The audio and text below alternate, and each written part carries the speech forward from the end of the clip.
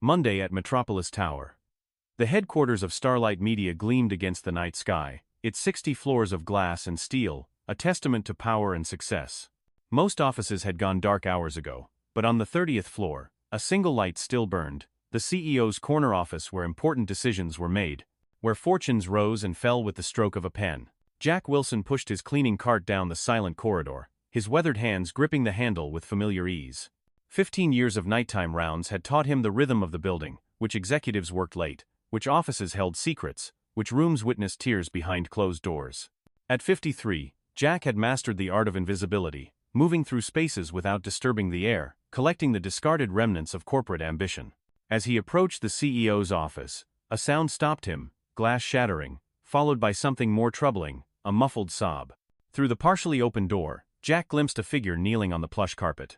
Sarah Mitchell, the ice queen of media herself, her perfectly tailored suit crumpled, her composure shattered like the broken frame beside her. Jack prepared to retreat, to respect the private pain of someone who would never acknowledge his existence, when something caught his eye, Sarah's trembling hand clutching a prescription bottle, her fingers working desperately at the cap. Something about her desperate movements sent a chill through him. This wasn't stress or a momentary breakdown. This was the edge of an abyss he recognized all too well. If he walked away, would she still be here tomorrow? If he stepped in, would his 15 years of employment end in an instant? The building held its breath, as Jack made a decision that would change everything.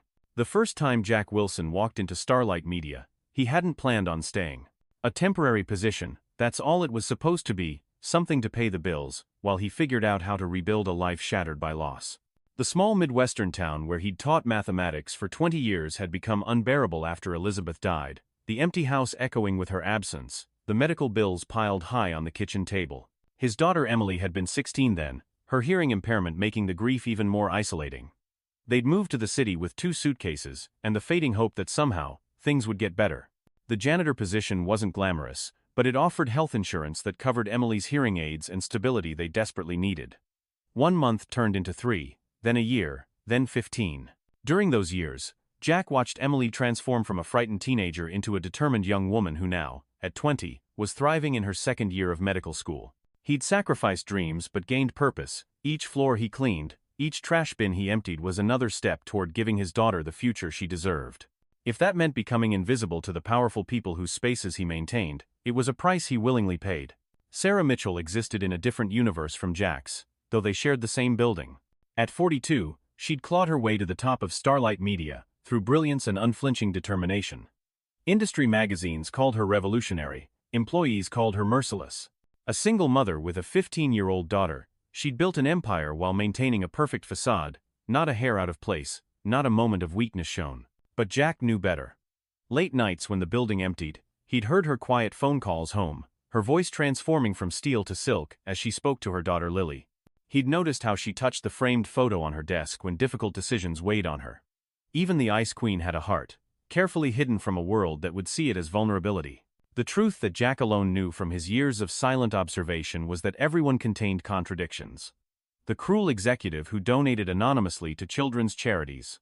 The timid accountant who wrote passionate poetry after hours. The ambitious lawyer who cried in the bathroom during lunch breaks. Jack collected these moments like treasures, reminders that humanity persisted even in the most corporate of environments. When Sarah looked up and saw Jack standing in her doorway, her eyes widened with a mixture of shock and humiliation. For a terrible moment, they stared at each other, the most powerful woman in media, and the man who emptied her trash bin, connected by the raw humanity of breakdown. Just give me a minute, she said, her voice cracking as she tried to reassemble her executive persona. Jack nodded and stepped back, but something kept him from walking away. Instead, he went to the break room and returned with a cup of water, placing it quietly on her desk. Without comment, he began cleaning up the broken glass from the picture frame she'd smashed, her daughter's school photo now exposed among the shards.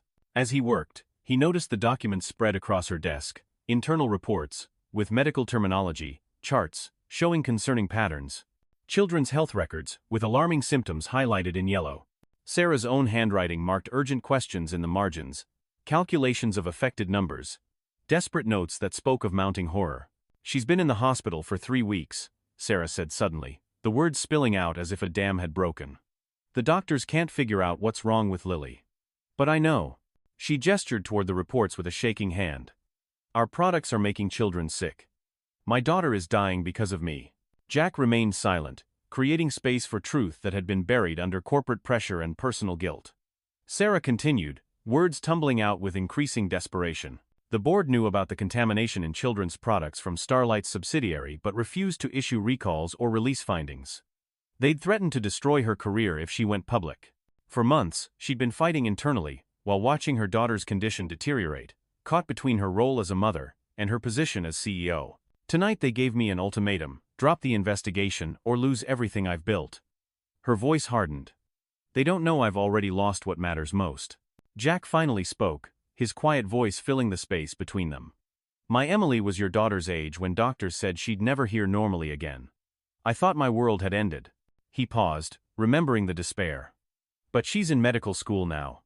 Things that seem impossible to survive. Sometimes they're just the beginning of a different story.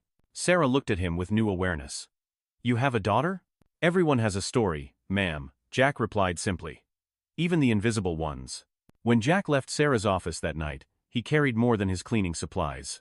Tucked into his uniform pocket were copies of the damning reports he'd gathered while cleaning. Documents that detailed how StarLight's products contained chemicals causing mysterious illnesses in children nationwide. Reports that could save lives, including Lily's. Reports that, in the wrong hands, could mean danger for everyone involved. For the first time in 15 years, Jack called in sick the next day. Instead of mopping floors at StarLight, he sat in his daughter's cramped dormitory room, watching Emily's face as she studied the medical reports with growing alarm. Dad, these symptoms. She pointed to recurring patterns across multiple cases. This looks like targeted poisoning. These chemicals shouldn't be in children's products. They're designed to accumulate in developing systems.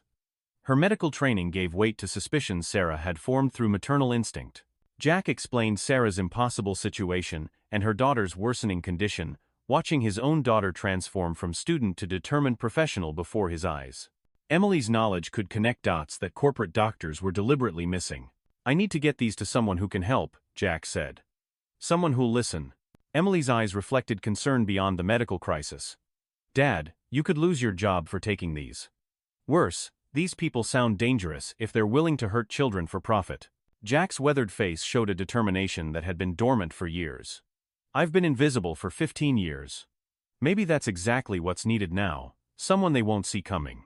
Jack's next stop was a cramped apartment where his old friend Robert Henderson lived, surrounded by newspaper clippings and half-finished manuscripts. Once a celebrated investigative journalist, Robert now wrote inconsequential articles for a small local paper after his career imploded for exposing the wrong powerful people years ago. His reputation was tarnished, but his instincts remained razor-sharp. This is dynamite, Jack, Robert said, examining the reports with growing excitement. But StarLight Media owns half the news outlets in the country. The others won't touch this without bulletproof evidence and credible witnesses willing to go on record. The CEO herself knows the truth, Jack argued. A CEO who'll lose everything if she talks. Robert shook his head. Courts won't find her credible without corroboration. We need smoking gun evidence and protection for whistleblowers. Over the next week, Jack navigated a dangerous double life. By day, he visited Emily's university lab, where she analyzed product samples he collected from StarLight warehouses using his maintenance access card. By night, he met with Robert, who mapped connections between board members and pharmaceutical companies developing treatments for the very conditions StarLight's products were causing. Meanwhile, Jack noticed subtle changes in his daily routine. Men in dark suits parked across from his apartment building. His phone conversations contained strange clicking sounds. When he checked his mail, envelopes appeared slightly opened. The invisible man had become visible to dangerous people. At StarLight, Sarah noticed Jack's absence and began to worry.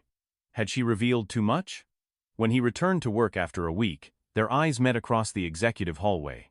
She looked worse, thinner, more haunted, more desperate. Lily's condition is deteriorating rapidly, she whispered as he passed. The doctors are talking about experimental treatments. I'm running out of time. That night, Jack left a note hidden in Sarah's office drawer. There may be a way to save both your daughter and your career. But you'll need to trust someone you've never truly seen before. Emily's tests confirmed their worst fears. The chemical compound in StarLight's products was causing the mysterious illnesses affecting children across the country. More disturbing, her research revealed it wasn't an accident or negligence. The formula had been carefully designed to avoid detection in standard safety tests, while causing symptoms that mimicked rare genetic disorders. "This isn't just corporate negligence, Dad," Emily explained, her face pale with the implications. "This is intentional harm. Someone designed this to hurt children while hiding the evidence." Robert discovered something equally sinister. 3 StarLight board members had been gradually selling their company stock over 6 months, while simultaneously investing heavily in a pharmaceutical startup that had recently patented the only treatment for the rare disorders appearing in children. "They're creating the disease to sell the cure," Robert said, connecting final threads in the conspiracy. "Oldest trick in the book, but at a scale that's almost unimaginable." Jack realized the magnitude of what they'd uncovered. This wasn't just about saving one child, or exposing one company. It was about stopping a calculated attack on thousands of innocent children for corporate profit. The janitor who had spent decades being overlooked was suddenly at the center of a life-or-death battle against people with unlimited resources and no moral boundaries. He made the most dangerous decision of his life, to arrange a secret meeting between Sarah, Emily, Robert, and himself to share everything they'd learned and formulate a plan to save lives and expose the truth. The meeting was set for midnight at the hospital where Lily was being treated, a neutral location where Sarah could move freely without arousing suspicion. As Jack stood outside the hospital entrance waiting for Sarah, a black SUV with tinted windows pulled alongside the curb. The window rolled down, revealing a face he recognized from security briefings: Marcus Hendricks, StarLight's head of security and former military intelligence officer. "Get in, Wilson." The words carried an unmistakable threat. Jack's heart sank. Their investigation had been discovered. Months of careful work unraveled in an instant. "I said get in. Unless you want something unfortunate to happen to your daughter. Emily, isn't it? Brilliant girl. Would be a shame if her scholarship got revoked or her medical school received anonymous concerns about her ethics." Jack complied, his mind racing to find a way to warn the others. Inside the SUV sat David Keller, StarLight's board chairman, his expensive suit and manicured appearance contrasting with the coldness in his eyes. 15 years of loyal service, and this is how you repay us, Wilson? By stealing confidential corporate documents? By conspiring against the company that's fed your family? Those documents prove you're poisoning children." Jack responded, keeping his voice steady despite the fear tightening his chest. "Those documents are proprietary corporate information," Keller corrected smoothly.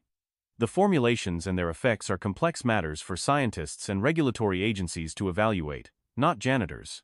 Do you know what happens to thieves who steal trade secrets, Wilson?" Before Jack could answer, his phone vibrated in his pocket. Carefully sliding it out, he glimpsed a text from Sarah. "They've taken Lily. Emergency transfer to specialized facility. Couldn't stop them. Security everywhere. Need help." Jack realized with growing horror that the board was moving against all threats simultaneously, silencing anyone who might expose their crimes. He needed to act quickly, to buy time. "Mr. Keller, you're right," Jack said, adopting a defeated tone. "I made a terrible mistake. The documents are in my locker at work. I can take you there now to retrieve everything." Keller studied him for a moment, then nodded to the driver. As they headed toward Metropolis Tower, Jack managed to send Emily a coded warning they'd established. Checkmate in 3 moves. She would understand, contact Robert, execute their emergency plan, meet at their predetermined contingency location. At the tower, Jack led Keller and Hendricks to the maintenance area where rows of lockers lined the wall. As Hendricks reached for the locker Jack indicated, the janitor accidentally knocked over a shelf of cleaning supplies. In the momentary confusion of crashing bottles and spraying chemicals, Jack slipped through a service door and locked it behind him. He had minutes at most before they would organize a building-wide search. Jack raced to Sarah's office, using his master key to enter. He found her frantically gathering evidence from her computer and files, tears streaming down her face. "They've taken Lily to silence me," she said, voice breaking. "Some private facility owned by a StarLight subsidiary. They're calling it a specialized treatment program, but won't tell me where exactly, or allow me to accompany her."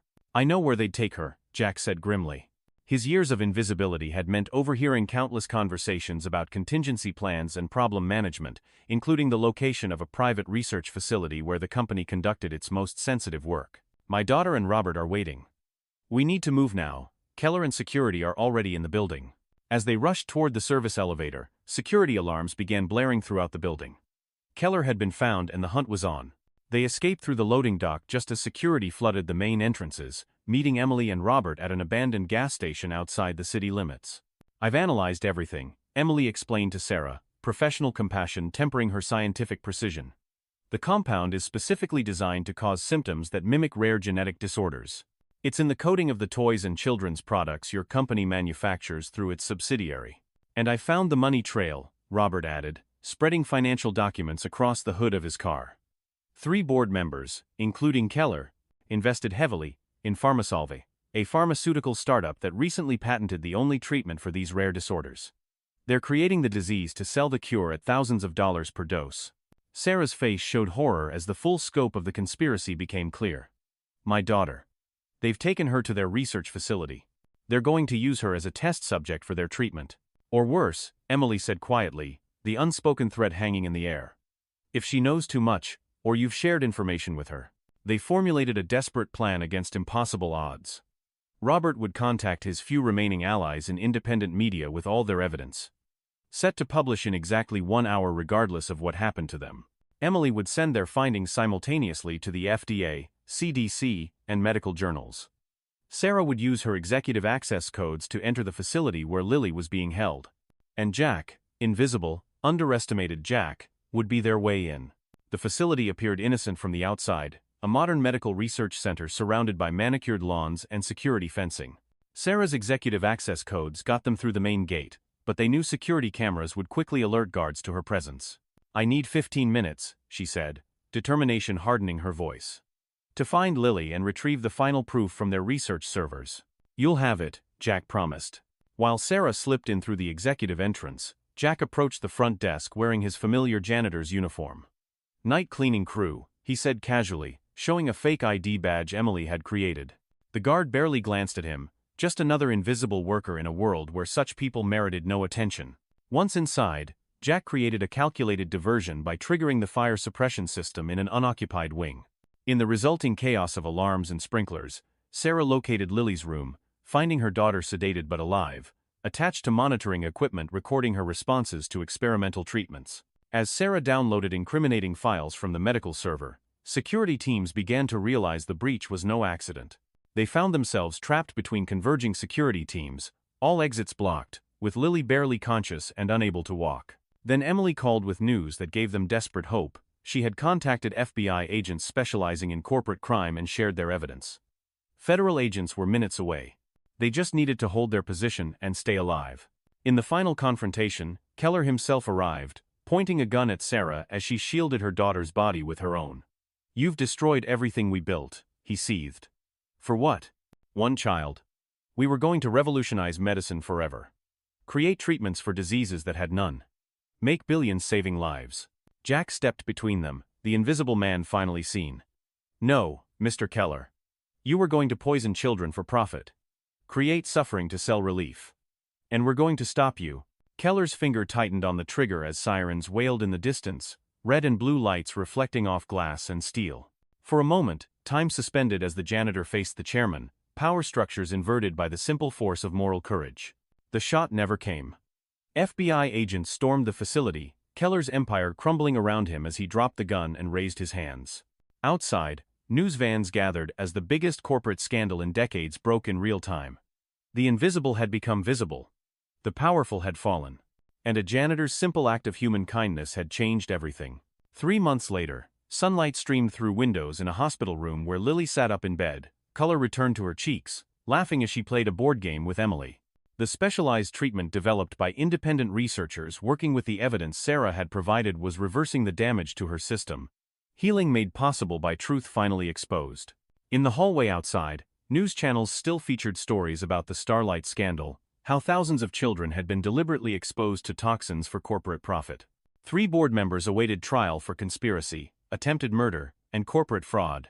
The company's stock had initially plummeted, but a new board, led by ethical executives, was rebuilding its reputation with Sarah at the helm. The investigation had revealed over 500 children affected nationwide. Treatment programs were underway, funded by assets seized from the conspirators. Robert's detailed exposé had won him consideration for journalism's highest honors, reviving a career long thought dead. Jack sat quietly by the window, observing it all with quiet satisfaction. He still wore his janitor's uniform. He had insisted on keeping his position despite Sarah's offers of promotion and recognition. Some habits provided comfort, and his work had dignity he'd never been ashamed of. I've been thinking about what you said that night, Sarah said, joining him by the window. About being invisible. Jack nodded, remembering their first real conversation amid broken glass and shattered defenses.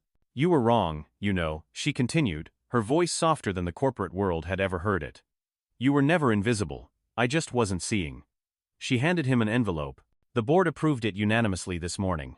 Inside was documentation for the Wilson Whistleblower Protection Initiative, a new corporate division dedicated to creating safe channels for employees at all levels to report wrongdoing without fear of retaliation. A system designed to ensure that no voice went unheard regardless of their position on the organizational chart. We want you to lead it, Sarah said simply. No one understands better than you how important it is to listen to every voice, regardless of title or position. How the person emptying the trash might be the one who saves everything. Jack was speechless. After decades of being overlooked, his experience and integrity were being recognized as valuable assets. The very invisibility that had allowed him to witness corporate secrets now positioned him to protect others who might need to speak truth to power. Later that evening, as Jack prepared to leave, Lily called him over to her bedside. The teenager's eyes, so like her mother's, held a wisdom beyond her years. Mom told me what you did, she said simply. How you saved me even though you didn't know me. How you risked everything when you had nothing to gain. Anyone would have done the same, Jack replied, the modesty genuine. No, Sarah interjected firmly. They wouldn't have. Most people would have walked away, protected themselves, minded their own business. That's what the board counted on, that good people would stay silent out of fear. Emily smiled at her father with quiet pride. Dad's always been like this. When I was struggling with my hearing impairment, feeling different and limited, he taught me that our challenges only define us if we let them. He showed me how to see past what others couldn't or wouldn't see. As they talked, a nurse entered with medication for Lily. Jack recognized her. She had passed him 1,000 times in hallways without acknowledgement. Now she smiled warmly. Mr. Wilson, I heard you're heading the new initiative. Congratulations. My sister works in manufacturing and has concerns about safety protocols she's been afraid to report. Change was happening, rippling outward from one simple act of courage, one moment of seeing another human being's pain and choosing involvement over indifference. That night, Jack returned to his modest apartment and found a package outside his door. Inside was a framed photograph of all of them together in the hospital. Sarah, Lily, Emily, Robert, and himself. Not posed, but caught in a moment of genuine connection. On the back, a note in Sarah's handwriting. To the man who taught me to truly see. 6 months later, Jack stood at a podium addressing StarLight's entire workforce at their annual meeting. Behind him sat the new executive team, including Sarah, whose leadership style had transformed along with the company culture. The corporation had rebuilt itself with ethics and accountability as foundational principles rather than afterthoughts. We all have moments when we must choose between looking away or truly seeing, Jack told the audience, his voice steady and clear. I was a janitor who chose to see someone in pain rather than mind my own business. Miss Mitchell was an executive who chose to see corruption rather than protect her position. My daughter Emily chose to see possibility rather than limitation. And together, we created change that saved lives. As applause filled the auditorium, Jack made eye contact with the maintenance and service staff standing along the walls, the invisible workforce he had once belonged to. He gave them a special nod of recognition, an acknowledgement that they mattered, that they were seen. The company instituted new policies, ensuring that every employee had a voice regardless of their position. Cleaning staff were invited to meetings. Security guards could report concerns directly to compliance officers. The hierarchy remained, but the humanity was restored to its proper place at the center of all decisions. Jack maintained his routine of pushing his cleaning cart down the executive hallway after hours. Not because he had to, but because it reminded him of who he was and where he came from. It kept him connected to the truth that sometimes the most profound changes begin with the simplest acts of human connection. A new executive, recently hired, looked confused, seeing Jack in his janitor's uniform. Sir, why do you still do this when you have an office on the executive floor? Jack smiled, wiping a smudge from the wall with practiced ease. Because every job has dignity. Because seeing what others miss can change the world. And because sometimes, the most important gestures are the gentlest ones. As he worked, he passed Sarah's office, where she was once again working late. But now she looked up, saw him, and smiled warmly. Two people forever connected by that one moment when invisibility turned into recognition, when breakdown turned into breakthrough, and when a simple act of human kindness changed not just their lives, but the lives of countless children, who would never know the name of the janitor who helped save them. In the end, it wasn't about heroes or villains, power, or position. It was about the choice we all face when confronted with another's pain: to walk past or to stop, to remain safe or to take a risk, to stay invisible or to be truly seen. Jack Wilson had made his choice that night, stepping through a doorway that changed everything. And in doing so, he reminded the world that sometimes the most revolutionary act is simply to see another human being when they're breaking down in silence. The story of StarLight's transformation spread beyond corporate circles, becoming a case study in business ethics programs, and inspiring other companies to re-examine their own cultures. What had begun as one man's compassionate gesture had sparked a movement toward greater accountability and humanity in workplaces across the country. Sarah Mitchell, once known as the Ice Queen, became an advocate for corporate transparency, speaking at conferences about the dangers of prioritizing profit over people. The warmth and authenticity that she had once hidden behind a professional facade now became her greatest strength as a leader. Her relationship with Lily deepened as well, their shared trauma transforming into a bond that nothing could break. Emily Wilson graduated from medical school with honors, specializing in environmental toxicology and pediatric medicine. Her research into the effects of industrial chemicals on developing systems saved countless children from suffering similar fates. She often credited her father's example of quiet courage as the inspiration for her work, proving that heroism could be found in the most unexpected places. Robert Henderson's journalism career flourished once more, his integrity restored in the eyes of his peers. He mentored young reporters, teaching them that truth mattered more than access. That comfort the afflicted and afflict the comfortable remained the highest calling of their profession. And Jack? He balanced his new responsibilities with his old habits, finding wisdom in the routine tasks that had defined his life for so long. The man who had once been invisible became a reluctant symbol of ethical courage, though he never sought the spotlight. His greatest satisfaction came from watching the culture shift around him: maintenance workers greeted by name, service staff included in important conversations, respect flowing in all directions rather than just from bottom to top. 1 year after that fateful night, Jack and Sarah stood together at the ribbon-cutting ceremony for the StarLight Children's Health Research Center, a facility dedicated to studying environmental impacts on pediatric health. Funded by company profits that once would have gone to executive bonuses, the center represented a complete realignment of priorities. "I never thought I'd see this day," Sarah said quietly as cameras flashed around them. "When I was at my lowest point, I couldn't imagine anything good coming from such darkness." Jack watched as Lily, now fully recovered and thriving, demonstrated a new safety testing protocol she had helped develop despite her young age. "Sometimes we need to break completely before we can rebuild something better." Their eyes met in understanding, two people from different worlds who had found common ground in crisis. Something deeper than friendship but undefined by conventional relationships. A bond forged in the crucible of shared purpose and mutual respect. As the ceremony ended and the crowd dispersed, Jack noticed a maintenance worker clearing away chairs, invisible to the departing executives. With a gentle touch on Sarah's arm, he directed her attention to the man. Without hesitation, she walked over, introduced herself, and asked his name.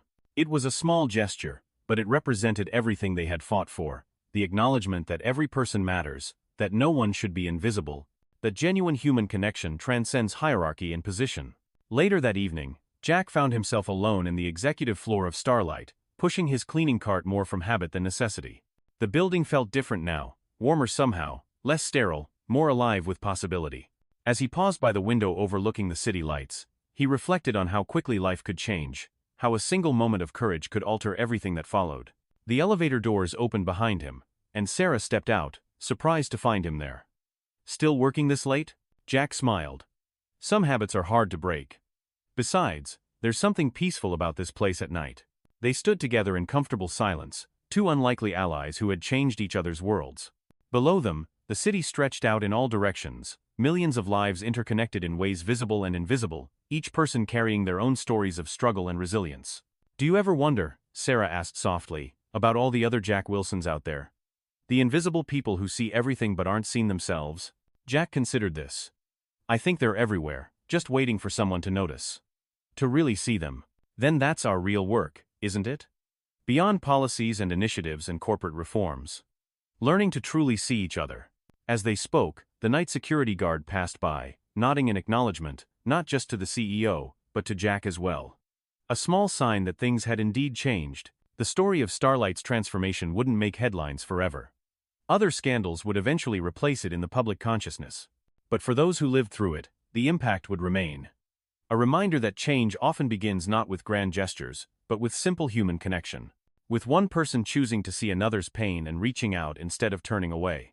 In a world that often celebrated power and status, Jack Wilson had demonstrated that true strength came from compassion, that real courage often whispered rather than shouted, and that sometimes, the most profound revolution started with nothing more than a glass of water offered to someone in distress. As Sarah headed home and Jack finished his rounds, the Metropolis Tower stood quiet against the night sky. Within its walls, countless stories unfolded each day, some dramatic, some mundane, all part of the complex tapestry of human experience. And if the building itself could speak, perhaps it would tell of that pivotal night when a janitor knocked on a CEO's door, when invisibility gave way to recognition, when breakdown became the first step toward breakthrough. The legacy of that moment would continue to ripple outward, touching lives in ways both seen and unseen, reminding all who heard the story that in our most vulnerable moments, it is often the gentlest gestures that help us breathe again.